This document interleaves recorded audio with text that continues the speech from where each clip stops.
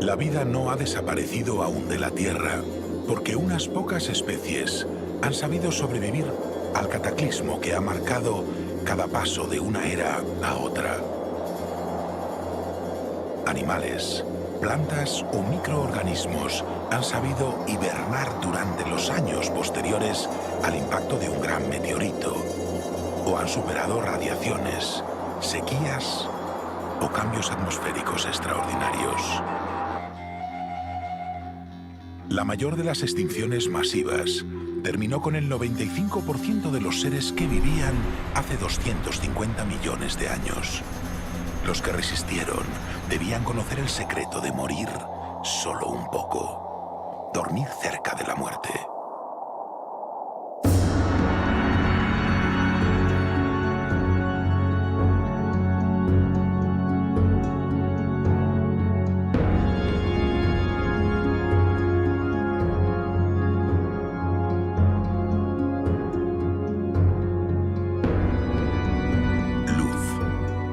Temperatura, humedad.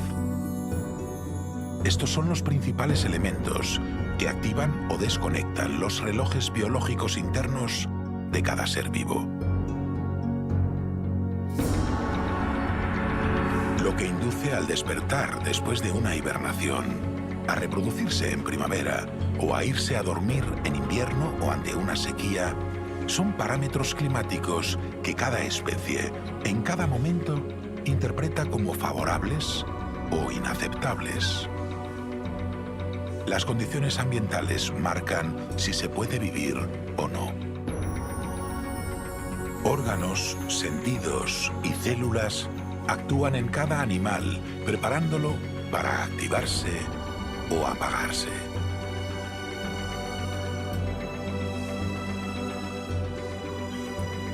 Ante las grandes diapausas, las paradas prolongadas de la actividad que pueden durar años, ha de tenerse mucho cuidado y seguir cada paso que las hormonas indican. Obedecer a la química es la primera condición para poder despertar algún día sin daños de un sueño que se confunde con la muerte, que se acerca mucho a ella. Con frecuencia se tocan.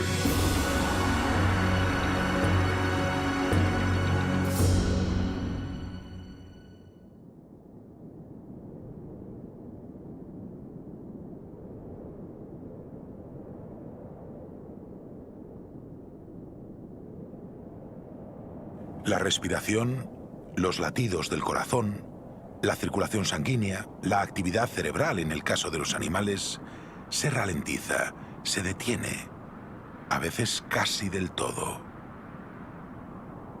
La muerte es eso cuando ocurre para siempre, cuando desaparece la capacidad de reactivación.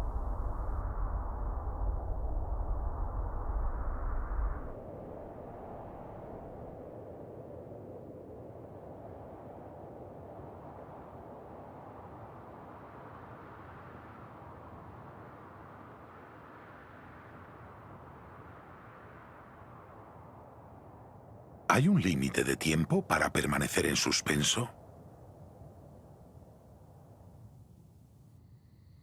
¿Cuánto tiempo puede resistir dormido un ser vivo? Hay muchos grados, muchos niveles de letargo.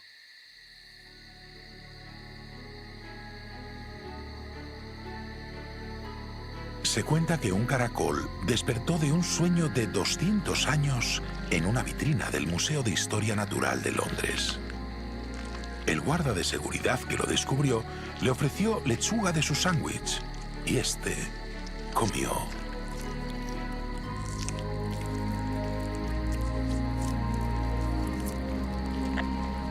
No sabemos si es una leyenda sobre caracoles o sobre el celo de los guardas británicos en su trabajo. La ciencia dice que un caracol puede dormir durante una estación, quizá algunas especies hasta 2, si las condiciones ambientales no convienen. Pero 200 años parece imposible. ¿Lo es? Esta especie de caracol pasa anualmente un periodo máximo de 3 meses aletargada. Por encima de ese tiempo, si las condiciones del medio no permiten la reactivación, la mortalidad de los caracoles dormidos se incrementa de manera exponencial cada día que pasa. Son animales que necesitan humedad y unas temperaturas suaves.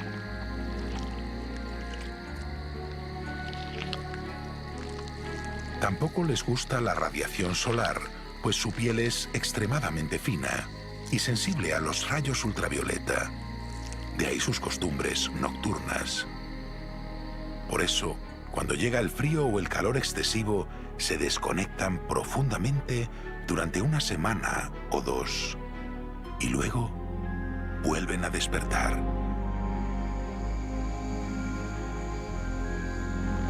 Y pueden llevar esta vida intermitente, apagándose y encendiéndose en espera siempre de sus condiciones meteorológicas preferidas.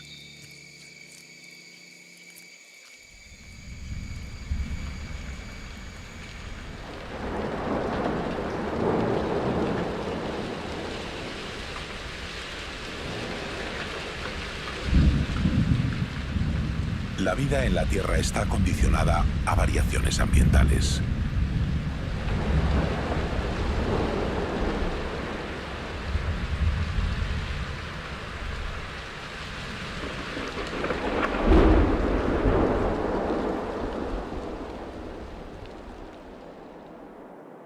El calor, la humedad o la luz se ven afectados por procesos cíclicos. En la mayoría de casos, se trata de variaciones suaves y progresivas como los cambios de estación. Pero en ocasiones, la vida debe afrontar eventos catastróficos. Radiaciones de supernovas, impactos con grandes meteoritos o alteraciones del eje magnético de la Tierra. Estos cataclismos cambian radicalmente el medio en muy poco tiempo. El letargo es una respuesta crucial para la supervivencia.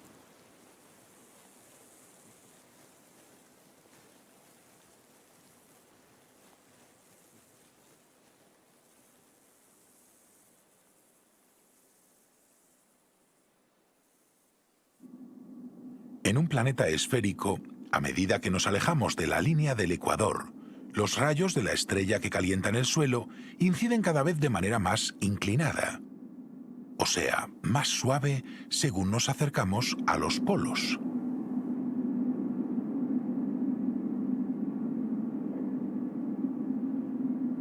Como el eje de nuestro planeta además está un poco inclinado, cada mitad del globo recibe al Sol con la fuerza alternada. O sea, cuando es verano en el norte, es invierno en el sur. Las condiciones más duras obligan a muchos a dormir varios meses cada año.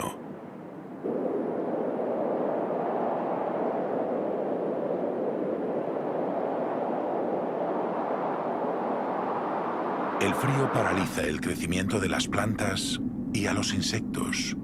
Y sin los elementos más importantes de la red trófica, encontrar comida se convierte en una misión casi imposible. Las aves aún no han aprendido a hibernar, como hacen muchas de sus presas, que si están bien escondidas mientras duermen, se salvarán. Hasta la próxima temporada. Aunque la hibernación no está exenta de peligros.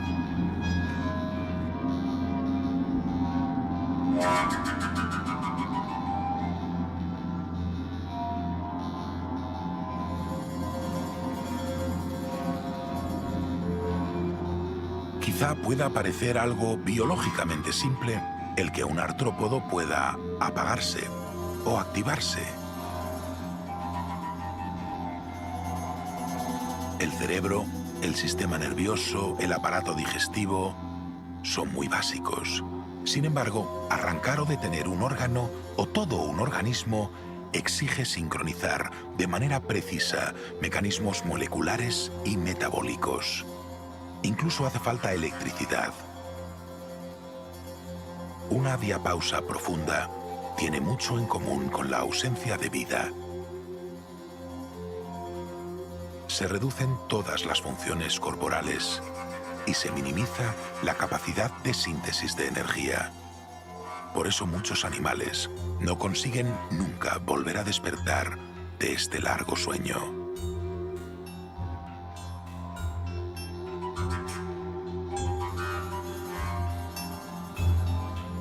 Aunque se escondan en el interior de gruesos troncos viejos, la madera no siempre aísla lo suficiente. Y los más débiles, los peor alimentados, cruzan la frontera y se pierden para siempre. La vida suspendida implica riesgo, pero evolutivamente ha sido un riesgo que ha merecido la pena correr. Para muchas especies, estar activas en la época inapropiada sería aún más peligroso. Sin alimentos, expuestos a una meteorología tan adversa, despiertos, ninguno conseguiría sobrevivir. La hibernación es una conquista imprescindible para poder habitar en determinados ecosistemas. Y no es solo una adaptación de los seres más primarios.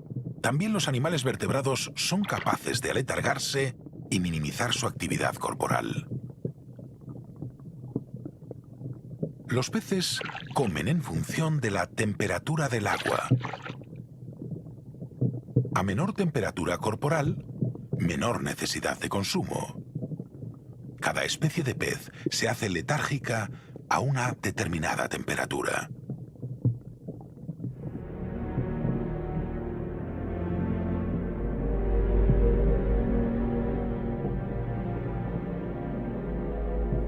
Ciertos galápagos, aunque necesitan respirar oxígeno del aire, cuando entran en su trance de sueño invernal, disminuyen tanto su actividad metabólica que ya no se ven obligados a subir a la superficie y toman oxígeno suficiente del agua a través de su piel o de su cloaca supervascularizada.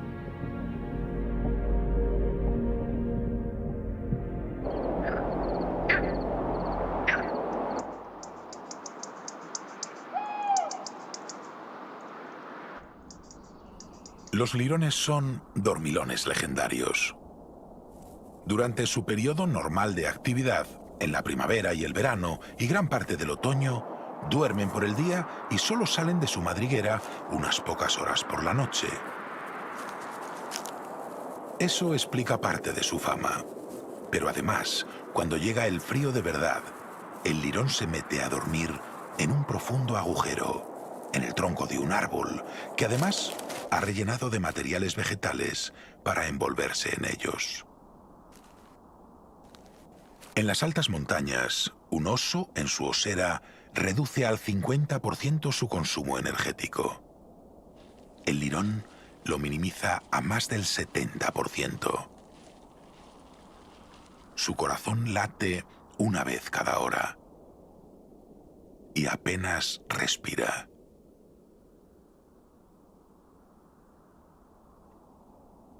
Aunque los días más suaves, de las partes menos duras de su invernada, un lirón puede reactivarse y comer algo de su despensa, lo que pueda digerir en unas pocas horas. Con eso y la grasa que acumuló en otoño, seguramente sobrevivirá otro año más.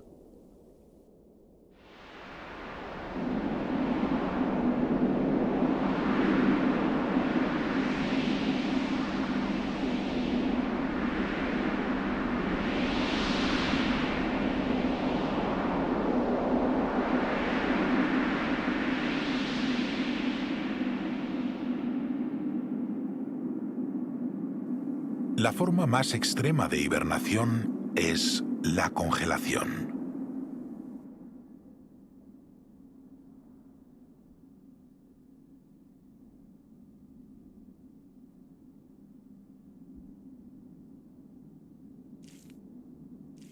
Ningún animal puede resistir indefinidamente con sus tejidos y líquidos celulares helados. Pero algunos reptiles, concretamente algunas especies de tortugas y algunas serpientes, pueden sobrevivir parcialmente congelados al menos durante 2 o 3 días. Parece poco tiempo, pero puede marcar la diferencia entre el éxito o el fracaso, cuando un invierno se presenta con temperaturas mínimas un poco más bajas de lo normal.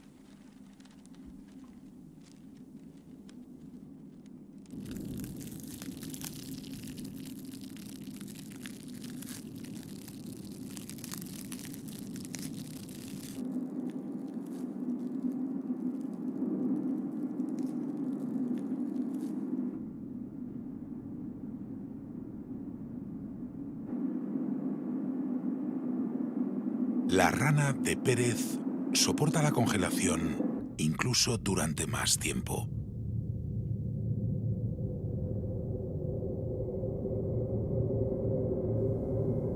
En cuanto su organismo percibe un descenso térmico radical, comienza a sintetizar glucosa, que es un buen anticongelante. Su cuerpo dispone también de otras sustancias crioprotectoras que ralentizan el proceso de congelación y otras que minimizan el crecimiento de sus células cuando el agua en su interior aumenta de volumen al helarse. Gracias a la química, el animal evita que sus tejidos se rompan y consigue soportar algo más de tiempo en unas condiciones excepcionalmente duras de su ecosistema.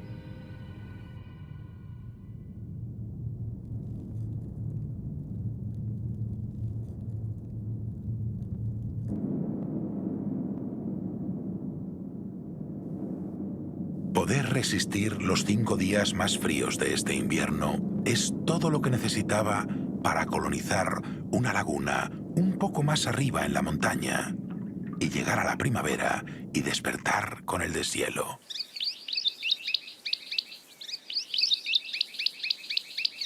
Los anfibios son una estirpe antigua de los vertebrados. Solo los peces son más antiguos. Pero vivir fuera del agua es mucho más difícil, especialmente por los cambios de temperatura a los que hay que adaptarse si uno quiere llegar a nuevos territorios.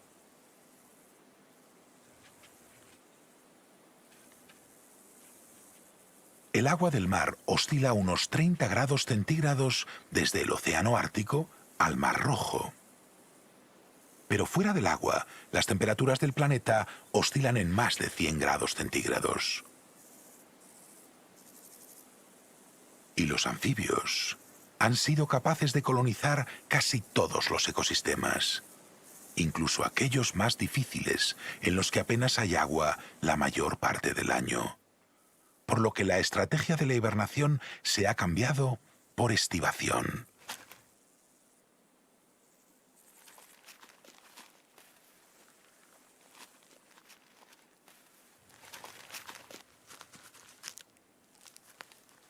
La piel de los anfibios, aun la de los sapos, que es más gruesa que la de las ranas, no puede resistir la deshidratación, ni una insolación prolongada. Para eso, los anfibios deberían tener escamas como los reptiles. En vez de eso, se entierran, buscando bajo unos centímetros de barro la humedad que les mantenga frescos e hidratados hasta que el sol pierda algo de fuerza.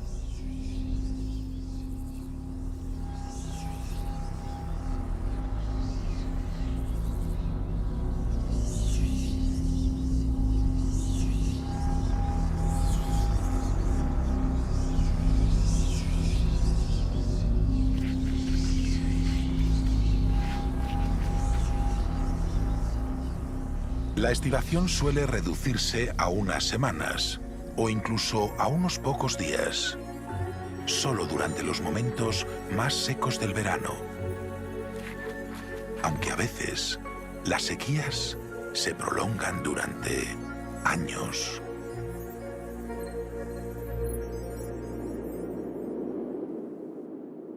La estirpe de los anfibios desciende de los peces. Y seguramente su conquista terrestre empezó forzadamente cuando las sequías convertían su medio líquido en un fango en el que no se podía nadar o respirar.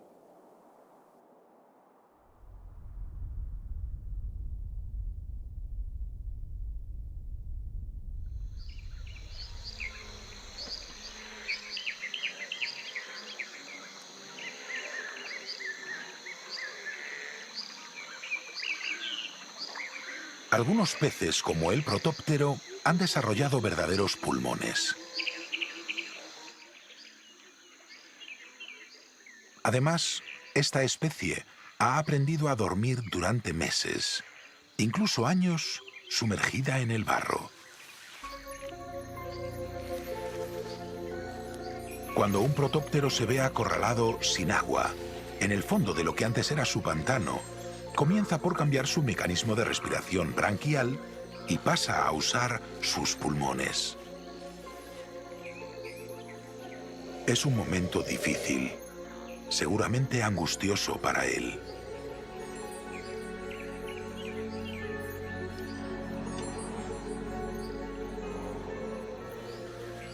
A la vez, debe buscar su salvación enterrándose antes de que la tierra se endurezca del todo.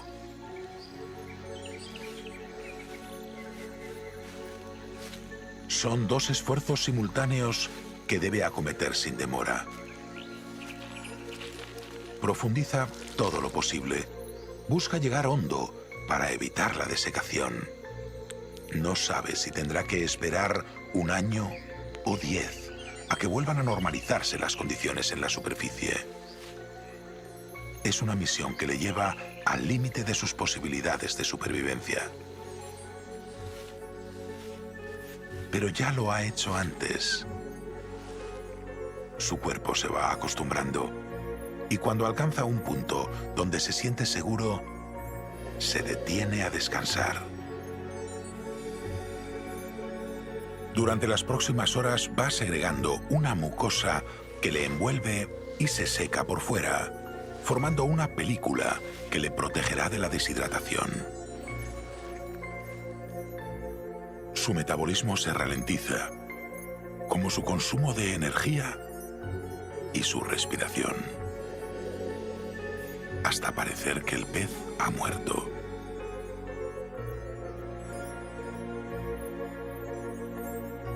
Se han encontrado peces como este, formando parte de chozas de barro que llevaban construidas más de 10 años y que al desmoronarse en una tormenta han dejado ver su resurrección.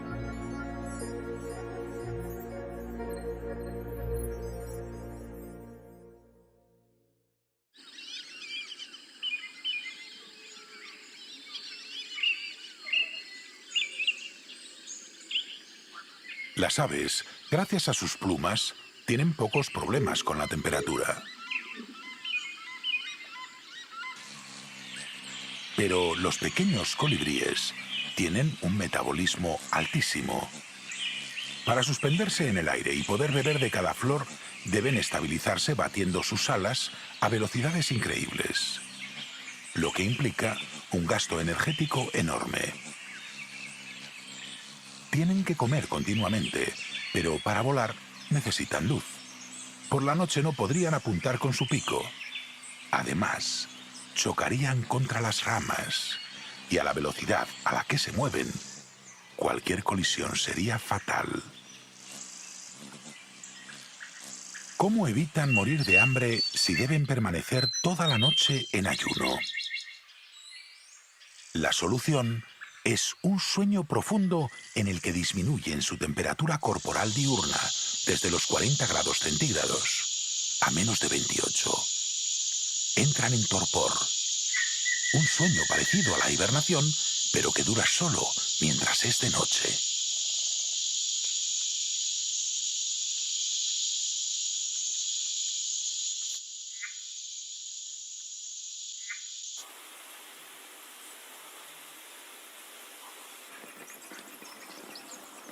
Los murciélagos también tienen un metabolismo muy elevado, pero al contrario que los colibríes, duermen todo el día.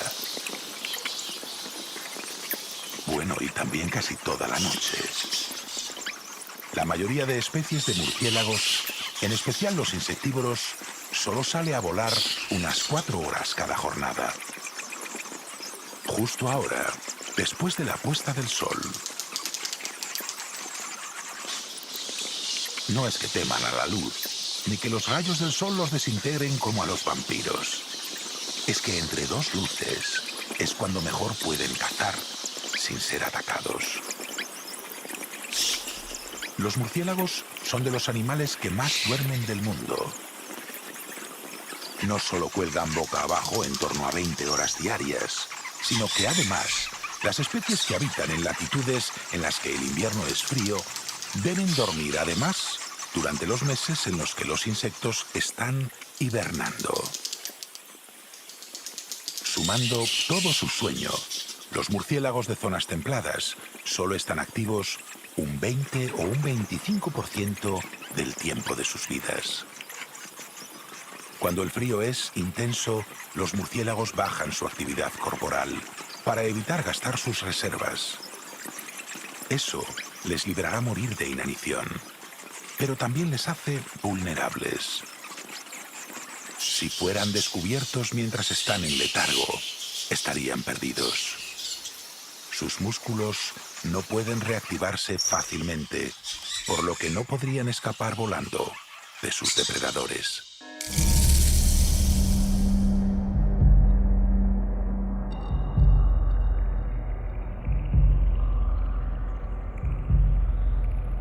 Las aves son los descendientes de los dinosaurios.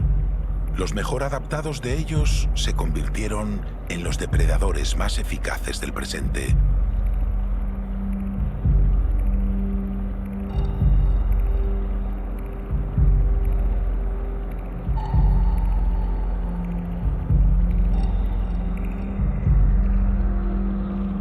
Las aves no hibernan, pero se han especializado en buscar comida en los momentos más duros.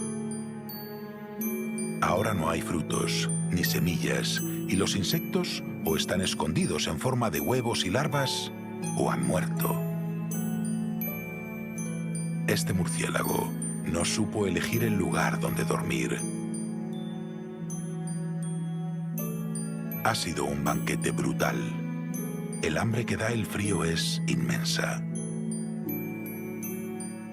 Solo ha dejado las alas. La urraca ha conseguido almacenar reservas para varios días.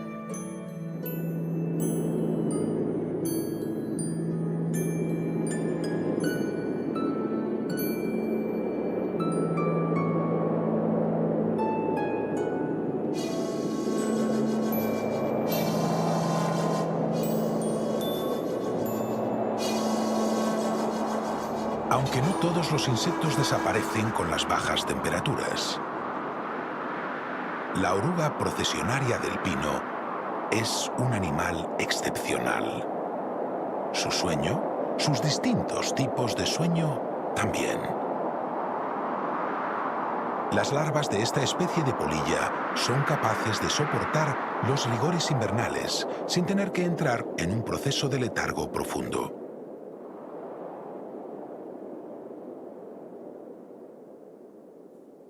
Sus sacos de dormir, hechos de incontables capas de densas hebras de finísima seda, son unas construcciones de alta tecnología que se han diseñado para luchar contra los depredadores y sobre todo contra el frío.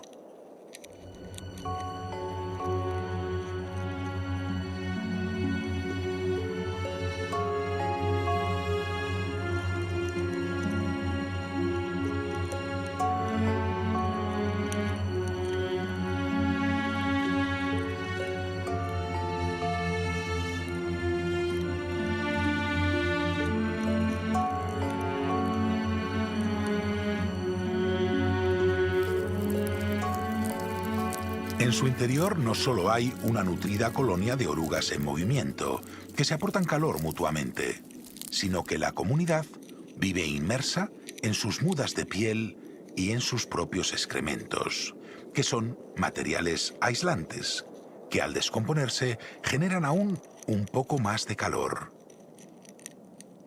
Así, por las noches, cuando los pájaros hambrientos del invierno no pueden verlas, salen tranquilamente a comer las acículas del pino en el que viven.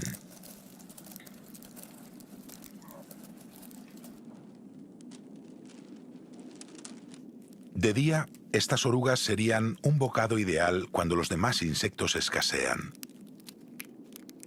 Sin embargo, esta no es la táctica más sorprendente que ha desarrollado la especie. Durante el invierno son capaces de mantenerse activas incluso de noche, protegiéndose del frío como pocos saben hacerlo. Pero cuando llega la primavera, como a la mayoría de las larvas de mariposa, les tocará hacer su metamorfosis. Es en esos días cuando mejor se entiende el nombre de oruga procesionaria.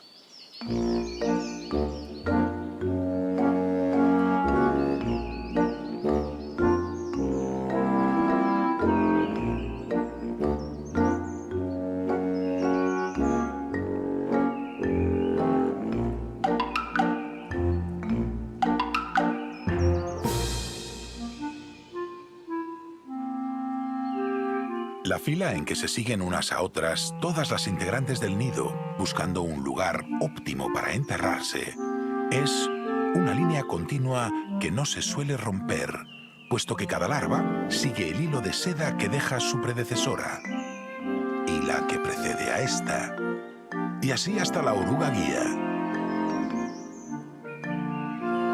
La línea de seguridad que van formando mientras marchan es su salvoconducto para encontrar el punto donde juntas, como hermanas que son, aguardan durmiendo en sus capullos las señales meteorológicas que despertarán a la colonia en el momento oportuno.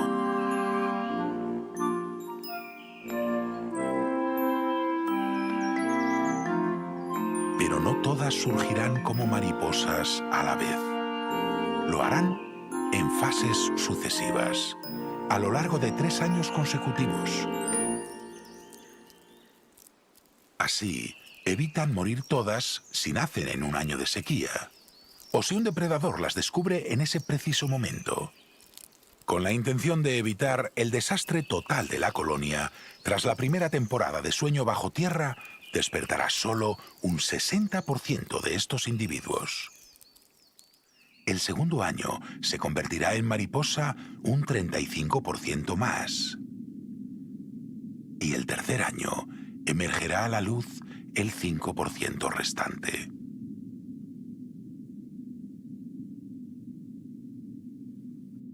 Muchos insectos han aprendido a vivir de manera intermitente, evitando las condiciones ambientales en las que hay más riesgos.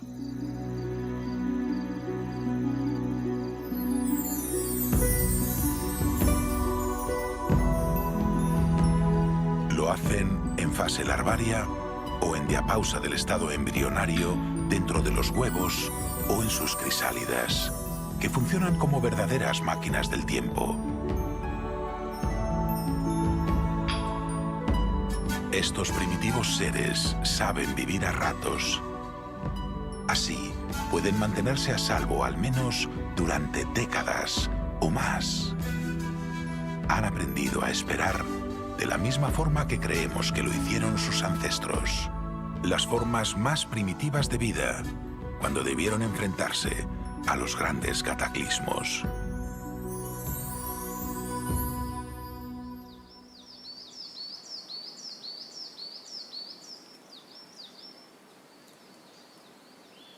Han ocurrido varias extinciones masivas desde la primera del Cámbrico.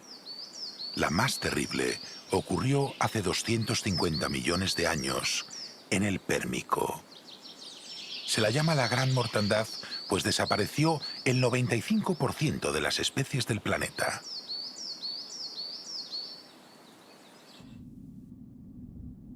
La extinción de la era de los dinosaurios fue mucho más suave, y la última de las grandes extinciones. Aunque hay quien asegura que está empezando una nueva, acelerada por el comportamiento humano. ¿Cómo se enfrentan los seres vivos a lo que se conoce como un evento ligado a la extinción? ¿Quiénes son o qué hacen el 5 o el 10% de los que sobreviven a las edades glaciales?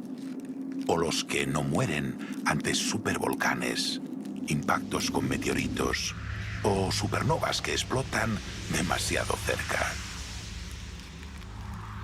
Quizá solo los que saben dormir profundamente consiguen superar estos procesos. Quizá es gracias al sueño que seguimos aquí.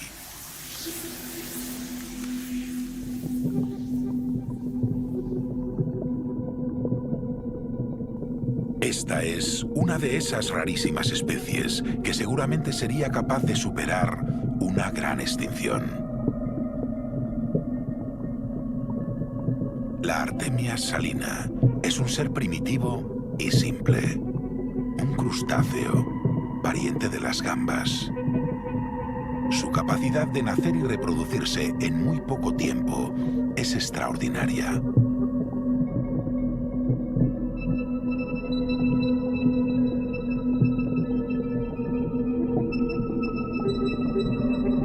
La artemia es un animal de éxito que ha colonizado el mundo entero.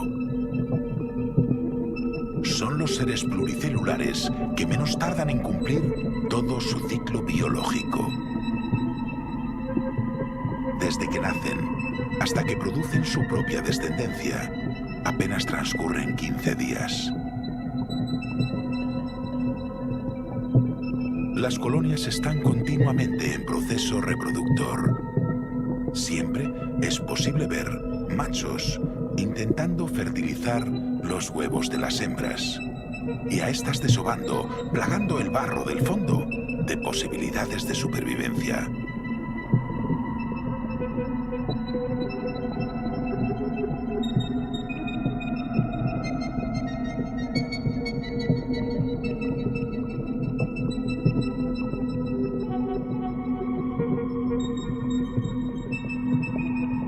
Las artemias salinas pueden vivir en todo tipo de aguas, aunque sus favoritas son las aguas salobres. Incluso aquellas demasiado saladas para el resto de la vida son para ellas un entorno aceptable, donde no encuentran casi ni competencia ni depredadores. Solo los flamencos han aprendido a vivir a su lado y se alimentan de ellas cuando las encuentran. Pero la tasa de reproducción de la artemia es tan elevada que aves y crustáceos se mantienen en equilibrio.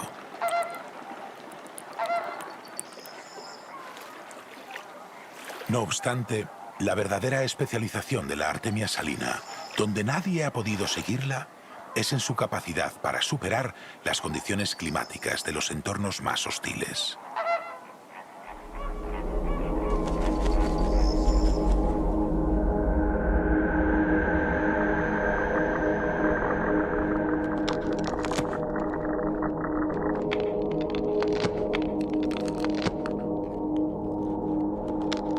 Se han adaptado a ecosistemas verdaderamente extremos.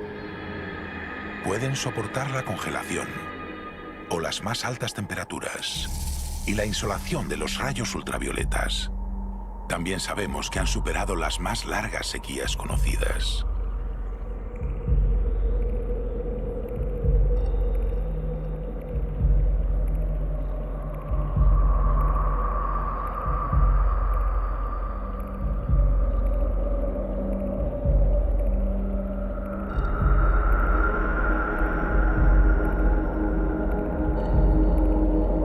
En estado embrionario, dentro del huevo pueden evitar la deshidratación y sobrevivir durante décadas. En algunos ecosistemas desérticos en los que hoy se encuentra artemia, se sabe que han atravesado periodos muy largos de cientos de años sin lluvia.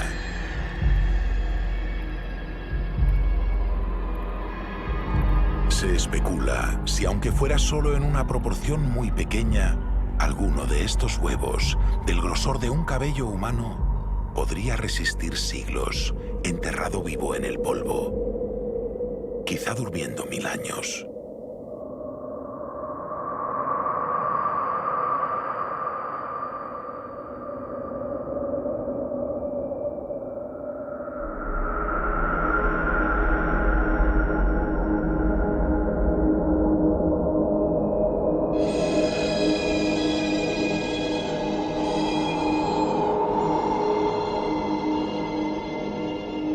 El proceso de diapausa mediante el que estos huevos permanecen con la vida suspendida se conoce como anhidrobiosis. Todos los procesos metabólicos se detienen en espera de la lluvia, casi indefinidamente, como una forma de muerte.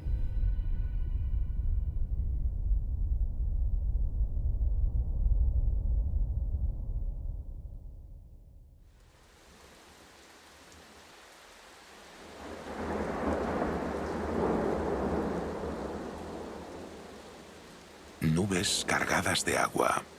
Al fin.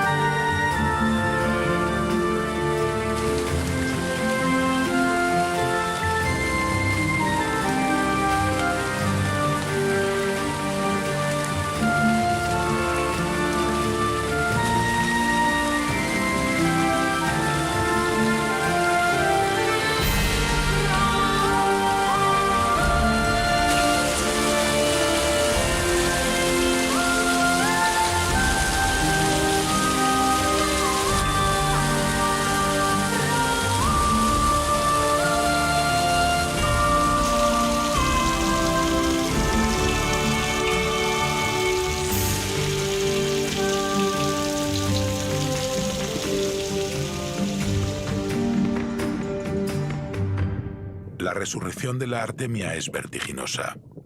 Los individuos que han sobrevivido se agrupan para comer y para reproducirse. Otra vez, por si pronto hubiera que volver a dormir. La Artemia salina podría ser un buen ejemplo de cómo se atraviesa una gran extinción.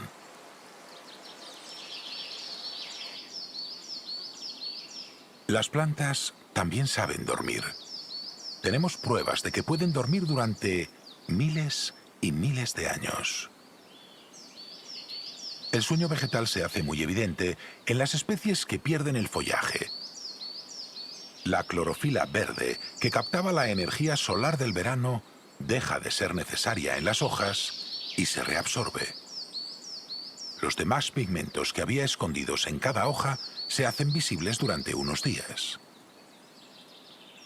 Los rojos y los amarillos son los colores de las sustancias que el árbol produce para protegerse del exceso de radiación o de los herbívoros.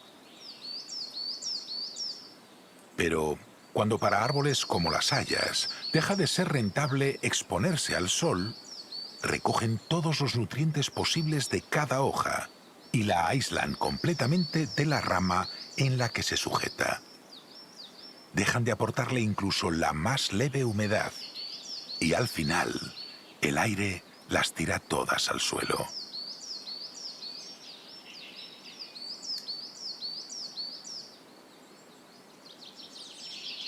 La cama mullida que se forma aquí abajo ayudará al suelo del bosque a soportar el frío también y a renovarse para el próximo ciclo.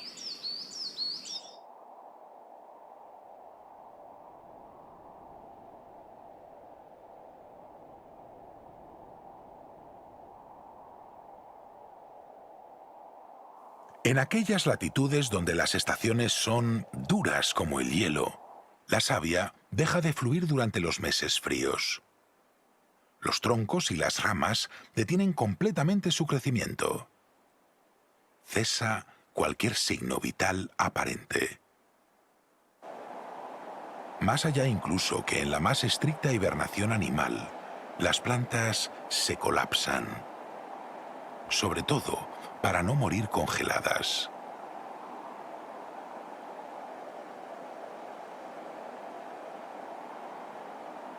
Aunque las plantas disponen de una forma mucho más extrema de sueño.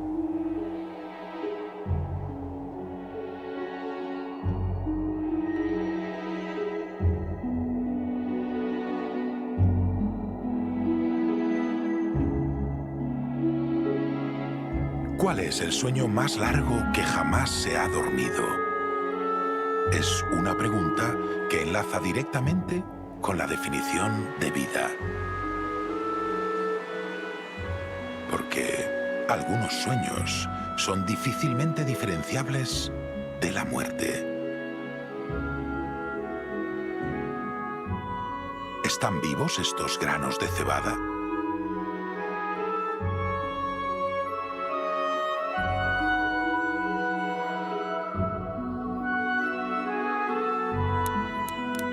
Algunos sí, pero otros se han secado y están muertos. Tienen 5.000 años. Han salido de una tumba de Egipto. ¿Podemos distinguir las semillas que pueden germinar de las que no? En el interior de cada grano, ciertas moléculas esperan desde hace mucho las señales físicas de luz, temperatura y sobre todo de humedad para poner en marcha las cadenas replicantes de ADN. Cuando estas viejas semillas han sido plantadas en tierra, algunas han arraigado y engendrado una planta nueva. Quizás solo un porcentaje muy pequeño consigue esperar tanto, pero qué gran despertar.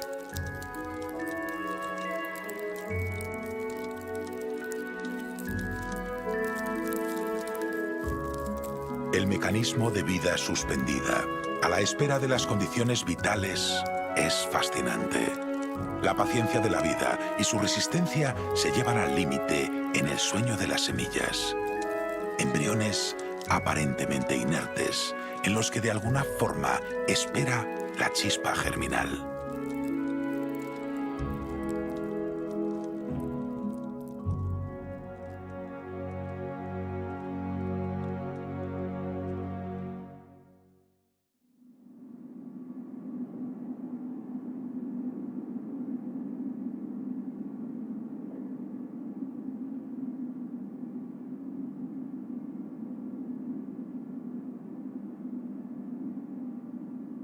La vida resulta muy obstinada. Resiste más allá de cualquier dificultad, por encima de las especies.